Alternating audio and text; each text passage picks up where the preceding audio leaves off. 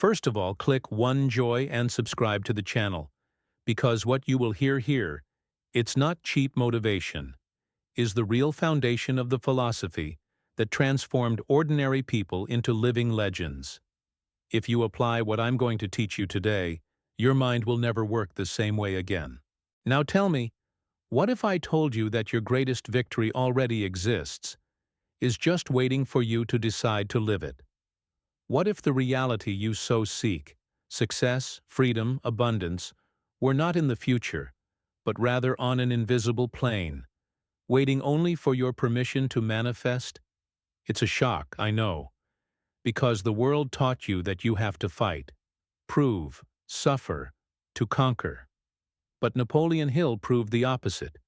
You don't win first in the world, you win first in the mind. Most people believe they need to have to be. To have money to feel prosperous, to have love to feel loved, to be successful to feel capable. But the great ones, the ones who have truly mastered the game, reversed the order. They felt rich before wealth, confident before recognition, victorious before victory. And because of this, everything they visualized inevitably became real. They discovered the invisible code of the universe: believe before seeing. In this video, you will learn how to apply this code in a practical way. You will understand how to reprogram your mind, activate the self-discipline, use imagination as a creative tool, turn on the burning desire, practice the gratitude in advance, and take the throne of your destiny once and for all. But I warn you, this is not content for those looking for shortcuts. It is for those who are ready to stop trying to win and start acting like someone who has already won. Now, if you stick around until the end, I promise you'll leave here feeling different, with a clear mind, a living faith, and a clear direction. Let's begin. You need to understand one thing once and for all. Victory does not begin when the result appears, but when you decide to become the person capable of achieving it. That's what I call winning identity. It's when you stop acting like someone who's trying and start acting like someone who's already won. When you change your internal posture, the world outside reorganizes itself. Opportunities, people, and even events seem to align with this new version of you, not by magic, but by coherence. Before you want more money, more time, or more recognition, define who you need to be to attract all of this. Write it down on paper. How does this person think? How does he or she speak? What habits do they have first thing in the morning? If your goal is to prosper, there's no point waking up and rushing to your phone. Start the day as a strategist. I want you to have a defined purpose, a clear goal. For example, by December, I want to generate $50,000 per month with my business. Be specific. Clarity is the fuel for action. Now comes the key point. Self-discipline. You don't build a new identity with old actions. Choose simple but consistent rituals. Every day, visualize your goal for 10 minutes, read your purpose aloud, and perform inspired action. If your focus is to sell more, send 3 personalized messages today. If your focus is health, take a 15-minute walk right now. Remember, the mind creates, but the body confirms. And one last thing. Keep the burning desire burning inside you and practice the gratitude in advance. Give thanks before seeing the result, because this reprograms your subconscious to act as the owner of what you seek. And don't walk alone. Form your mastermind. 2 or 3 people with the same purpose, meeting every week, will multiply your focus and remind you of who you are becoming. And once that identity is solid, well, that's when we start talking about what's really holding you back from sustaining this new version of yourself. And that's the next step. You need to understand something Napoleon Hill discovered after 20 years of studying history's greatest figures: Andrew Carnegie, Henry Ford, Thomas Edison, and so many others. He realized that the real winners do not operate on the basis of seeing is believing. And yes, in the believing is seeing. This is the first major shift in mindset. Ordinary people wait for money to arrive in their accounts to feel prosperous. They wait for recognition to feel capable. But those who truly succeed believe first, feel first, act first, and only then does the world bow to this certainty. Hill called this autosuggestion the process of reprogramming the subconscious until faith becomes a living force. He taught that subconscious is like fertile soil. He doesn't judge the seed. He just makes what you plant grow. So if you repeat thoughts of scarcity, what you reap is scarcity. But if you feed your mind with images of abundance, confidence, and achievement, it starts working 24/7 to make them real. That's why Hill said, "You don't attract what you desire, but what you are." Another essential principle is the defined main purpose. Without it, all energy is dispersed. You need to have a goal so clear that your subconscious mind understands the command without a doubt. It's your mental engineering project. Write down your purpose, read it out loud every day, and feel as if you've already achieved it. This emotion, repeated with faith, is the trigger for transformation, and when combined with self-discipline, creates the habit of winning. Hill said that self-discipline is the bridge between desire and achievement, but he also spoke of something even more powerful, the mastermind, the union of two or more minds in perfect harmony, pursuing the same goal. When this happens, a third, invisible force is born, a field of creative energy that multiplies intelligence and accelerates results. Want to apply this today? Meet weekly with two people who share the same vision.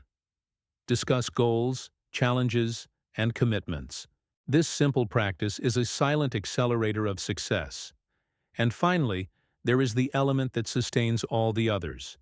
The burning desire. Hill asserted that nothing great comes from a weak will. You need to want your victory so much that it becomes a constructive obsession, the thought that dominates your day. When desire is real, doubt loses its power, and this is precisely where the secret that many ignore comes in. The power of directed imagination, the tool that transforms belief into tangible reality. And that's what we're going to talk about now. Most people underestimate the power of imagination. They think imagining is fantasizing, but Napoleon Hill proved otherwise. Imagination is the laboratory of the mind, the place where everything that exists today was first created. Every bridge, every company, every empire began as a mental image sustained by faith and emotion. When you imagine something with intensity and feeling, the subconscious understands it as fact and begins to work silently to transform it into reality. The mind doesn't distinguish between the real and the vividly imagined. It simply obeys. So I want you to start practicing what I call emotional visualization. It's not just seeing the goal, it's to feel the goal. If your goal is prosperity, don't just visualize numbers in a bank account. See yourself waking up in the space of your dreams, smelling the smell of breakfast, hearing the sound of your own inner peace. Tap into the thrill of already being there.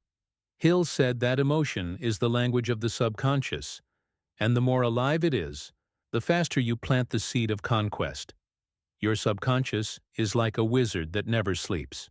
When you feed it coherent images and emotions, it begins to open pathways where walls once stood. Coincidence begins to happen more frequently. The right connection, the unexpected opportunity, the unlikely invitation. None of this is chance. It's just the universe responding to the command you silently gave. That's it. Conscious autosuggestion, the principle that transforms thought into power. But there is one detail that separates the dreamers from the directors: the inspired action. There's no point in imagining and then sitting back. Imagination is the map. Action is the movement. Every time you visualize something and then take a small step toward it, even if it seems simple, making a phone call, studying a new topic, sending a proposal, you confirm to your subconscious that you're ready to receive. This creates a virtuous cycle between the invisible and the visible. And when this harmony occurs, thought, emotion, and action working together, life gains rhythm, purpose, and direction. It's as if you stop rowing against the current and start sailing with the wind at your back. And there's a deeper principle that underpins all of this: mastery over the mind, the ability to direct focus and resist the forces that try to pull you back to your old self. That's what we'll talk about next. Of all the virtues that Napoleon Hill studied, he said that self-discipline is the queen of all. Without it, desire is just a flash in the pan. With it, desire becomes an eternal flame. Self-discipline is what separates the dreamer from the doer. It's the conscious decision to do what needs to be done, even when your body doesn't want to, even when the world says, "Get some more rest." It's the firm voice of your conscience telling you, "I will not betray my future for the sake of my momentary comfort." But understand, discipline isn't suffering. That's what you were taught to keep you stuck in mediocrity. Discipline is self-love in action. It's being loyal to your future self. It's doing today what will allow you to look back 5 years from now and feel proud. Want a practical example? If your purpose is to thrive, establish a non-negotiable morning routine. Wake up early, read your purpose aloud, visualize your results, and work on what truly matters before the world distracts you. It's small, daily victories that build empires. Self-discipline is also the control of absolute focus. Hill said that the ability to focus on a single objective is the secret of all success. This means saying no to what doesn't serve your purpose. You don't have to embrace every opportunity, just those aligned with your defined purpose. Eliminate the excess, cut out the noise, and you'll see clarity emerge. It's like cleaning the lens of your mind. Suddenly, the path appears before you. And there's more. Discipline is also in what you mentally consumes. Stop feeding on pessimism, gossip, and news that drain your energy. This is the mental diet that Hill spoke so often about. Feed yourself with books, conversations, and environments that expand your faith, your courage, and your sense of possibility. Remember, what goes into your mind shapes what comes out. If what goes in is doubt, what comes out is limitation. If what goes in is conviction, what comes out is power. And when discipline becomes a habit, it stops being an effort and becomes an identity. You no longer need to force yourself. Doing the right thing becomes natural. It's at this point that victory becomes inevitable.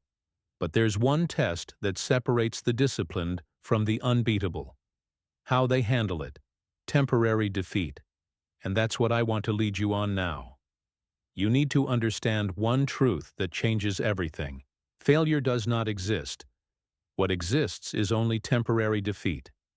Napoleon Hill insisted on this. The weak see the obstacle and stop. The strong see the obstacle and learn. Temporary defeat is the entrance exam for lasting success. It's the universe testing whether you really want what you say you want. And believe me, it tests hard. No successful man or woman has escaped this. Ford went bankrupt 5 times. Edison failed 1,000 times before the light bulb.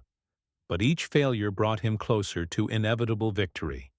When something goes wrong, and it will, forbid yourself from asking, "Why me?"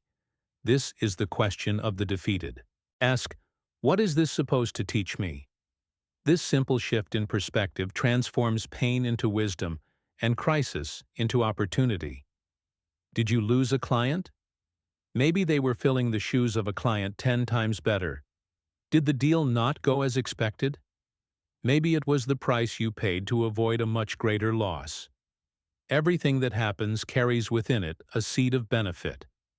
Hill called it a law. It's up to you to find it. The difference between a winner and a quitter is how they react when the ground disappears from under their feet. A winner doesn't dramatize. They breathe, observe, recalculate, and act. They know that every obstacle is a bend in the road, not a wall. This mindset isn't naive optimism. It's strategy. It's understanding that time doesn't destroy what's solid. It only reveals what needs strengthening. When life knocks you down, the test isn't of physical strength, but of emotional persistence and faith. And here comes another profound teaching from Hill.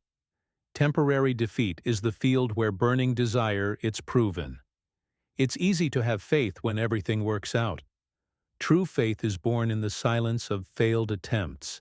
It's when you rise again, even without guarantees, that the universe recognizes your signature of greatness. At that moment, life understands that you are ready to sustain what you asked for.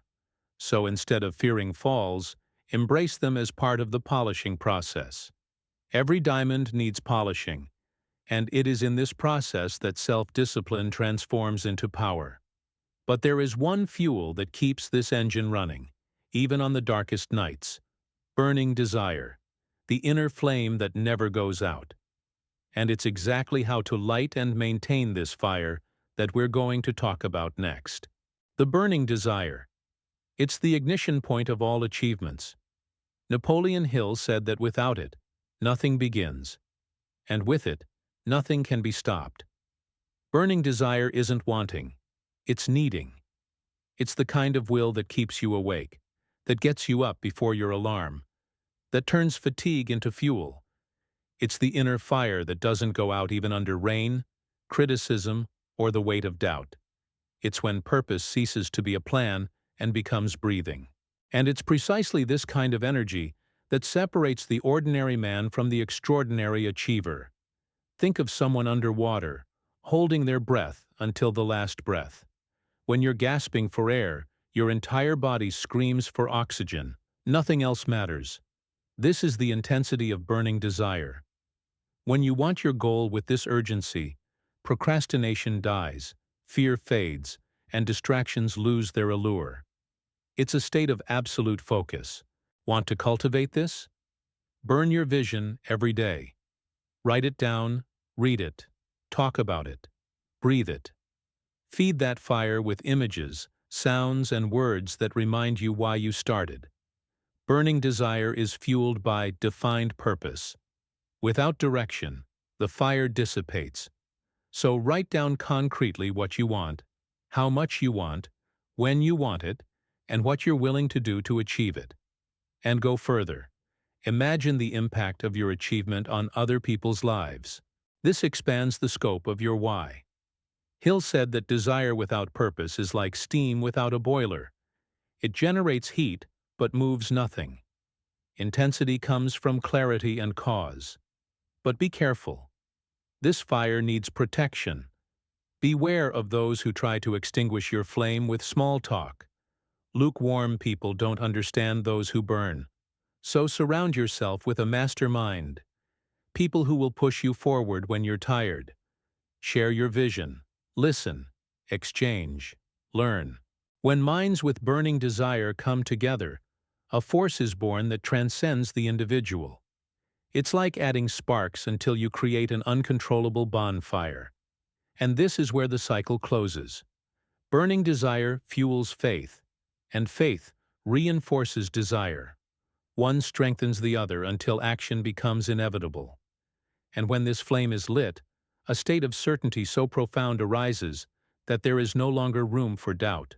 But there is a final secret, the seal that transforms this fire into permanent power.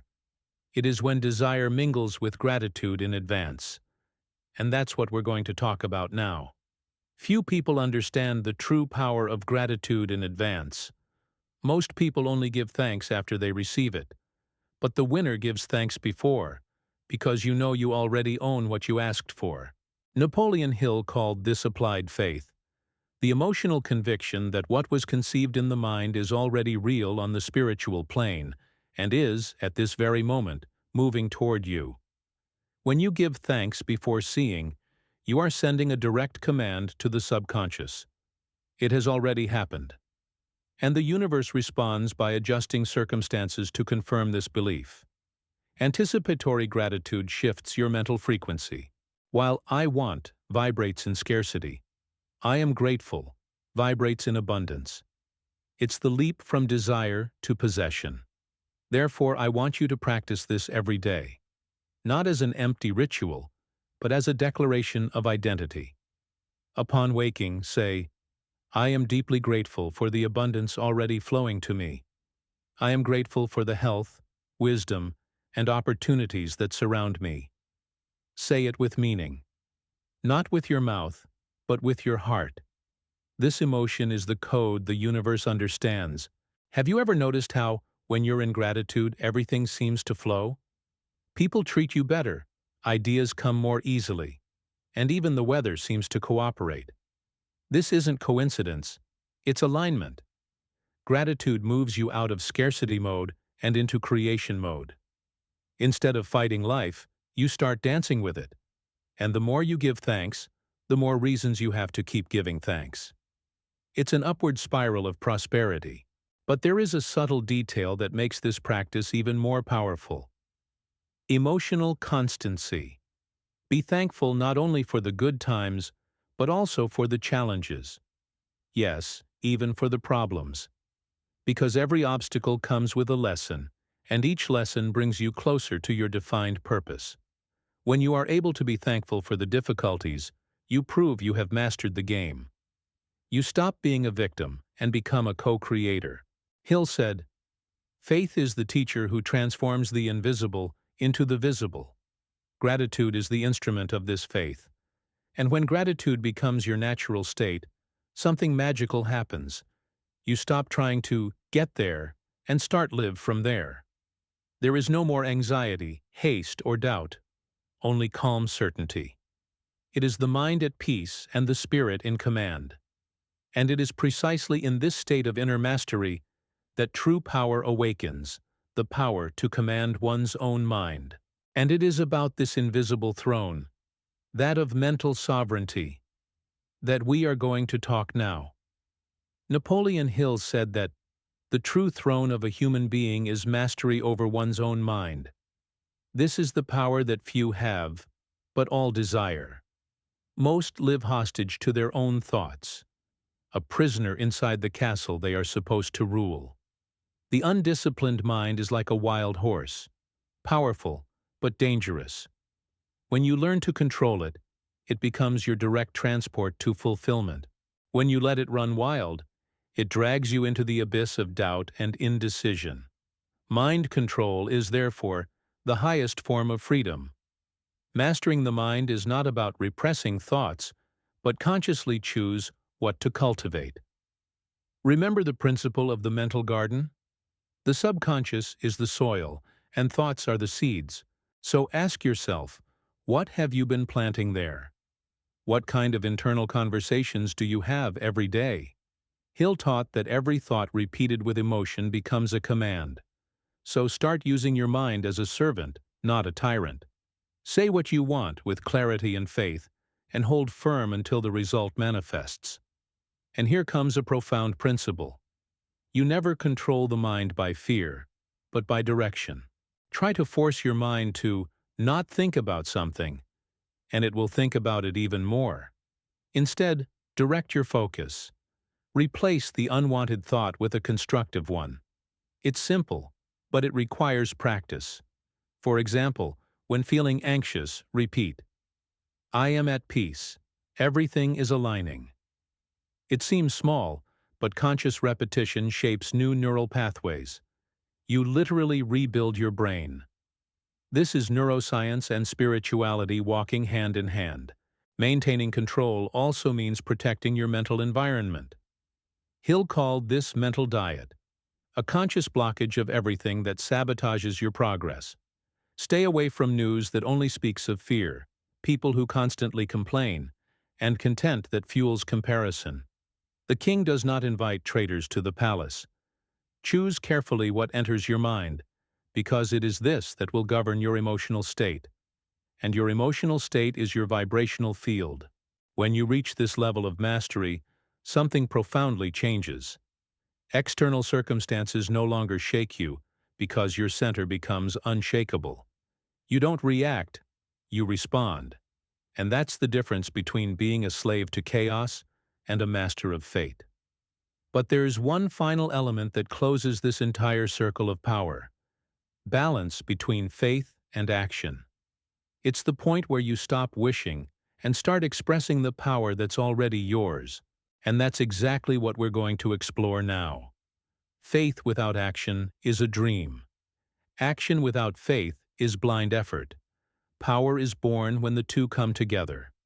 Napoleon Hill said that faith is the starting point of all wealth, not just financially, but spiritually, emotionally, and intellectually. But this faith is not a vague belief. It is a certainty so profound that fear finds no place. When you act from this conviction, your energy shifts, your presence shifts, and the universe responds with precision. Faith is the invisible engine. Action is the visible gear. One without the other generates no movement. Acting in faith is very different from acting out of desperation. The desperate rush, hustle, and seek approval. The man or woman of faith doesn't.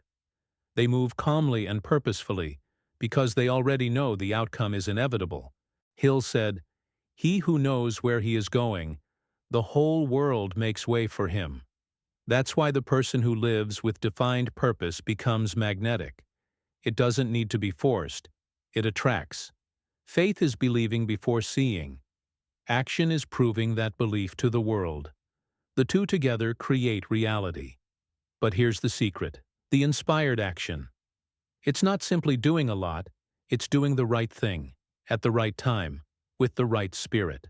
One attitude born of clarity is worth more than 100 impulsive moves. Hill observed that great achievers didn't work harder. They worked better. They maintained absolute focus, used the power of quick decision-making, and trusted their intuition. True faith breeds intelligent action, not anxiety disguised as productivity. To develop this balance, practice a simple exercise. Upon waking, visualize your goal accomplished, and ask yourself, what's the next obvious step that will bring me closer to this today? Do that and nothing else. This practice trains your subconscious to act with precision. Each confirmed step strengthens your faith, and each new dose of faith propels you to act again. It's a virtuous cycle. This is the point at which thinking, feeling, and acting align, and the impossible begins to move. And when faith and action become one, you realize there is no longer a separation between what you dream and what you live. You are no longer chasing victory. You and victory in motion. And it is in this state of flow and certainty that the ultimate purpose of this entire journey emerges: to live as the master of one's own destiny, the captain of one's own soul. And it is about this, the pinnacle of Hill's philosophy, that we will discuss next. There comes a point where you understand that no one controls your destiny but yourself. Napoleon Hill called this the supreme state of consciousness, being the master of one's own destiny and captain of one's own soul. It's the moment you realize that everything you've experienced, the defeats, the victories, the pauses, and the new beginnings, was just training to take full command of your life. You stop waiting for the world to change and start changing the world from within. It's the point at which free will becomes art. Being the master of your own destiny doesn't mean controlling everything, but control how you respond to everything. It's having power over your thoughts, emotions, and decisions, even when the storm rages outside. Hill said, "There are no limitations to the mind except those we ourselves admit." This is both liberating and terrifying, because it places all responsibility in your hands. But it's also the greatest gift life could give you: the power to create, transform, and begin again as many times as necessary. To live in this state, you need to align three forces: thought, emotion, and action. Thought creates vision, emotion gives energy, and action solidifies the result. When these three forces work in harmony, you become unstoppable. Nothing external can dictate your destiny anymore, because the center of your existence has become internal. This is when you understand that the mind is the government, and life is merely a reflection of the laws you yourself have decreed within. But here comes the highest point of all. The true master does not seek only his own victory. uses his power to lift others. Material wealth, success, and recognition are merely consequences of a disciplined mind and an aligned heart.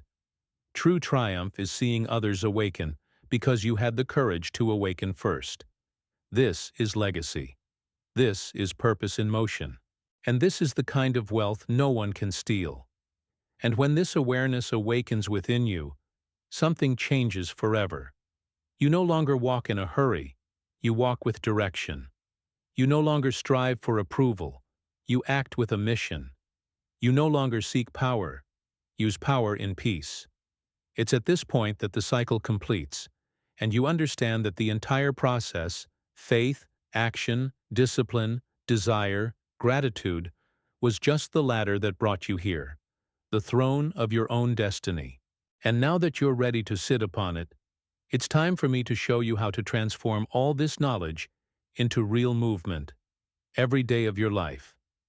Now tell me honestly, after everything you heard here, are you still going to live like someone who waits for life to happen? Or are you going to decide to act like someone who has already won? You already understand that the power is in your hands. So what will you do with it? Will you continue to feed the fear, the doubt, the old version of yourself? Or will you start today, right now, to think, feel, and act according to the greatness that already exists within you? Remember, the difference between someone who dreams and someone who makes it happen is simple. The filmmakers apply. They don't wait for motivation to arrive. They create movement. And it is in movement that faith grows, discipline strengthens, and destiny changes. You already have the keys: Napoleon Hill's principles, the secrets of the subconscious, the power of visualization, the power of self-discipline, and the fire of burning desire. All that's left is to turn the lock and walk through the door. So I ask you, what will be your first practical action after watching this video? Will you write your definite purpose? Will you start your morning ritual? Will you cut out of your life what weakens you? Choose one thing, just one thing, and start today. Because the right time isn't when everything aligns. The right time is now. And if this message touched you in any way, like this video, because it shows YouTube that you want to keep growing, subscribe to the channel and turn on notifications, because here we're all working together, building a mindset of power, purpose, and prosperity. And tell me in the comments, what was the biggest lesson you learned today? Who knows, maybe your answer will be the spark that will light the fire of victory in someone reading this right now. Remember the words that changed the world. Man is the master of his fate. He is the captain of his soul. Now go and prove it with every decision you make.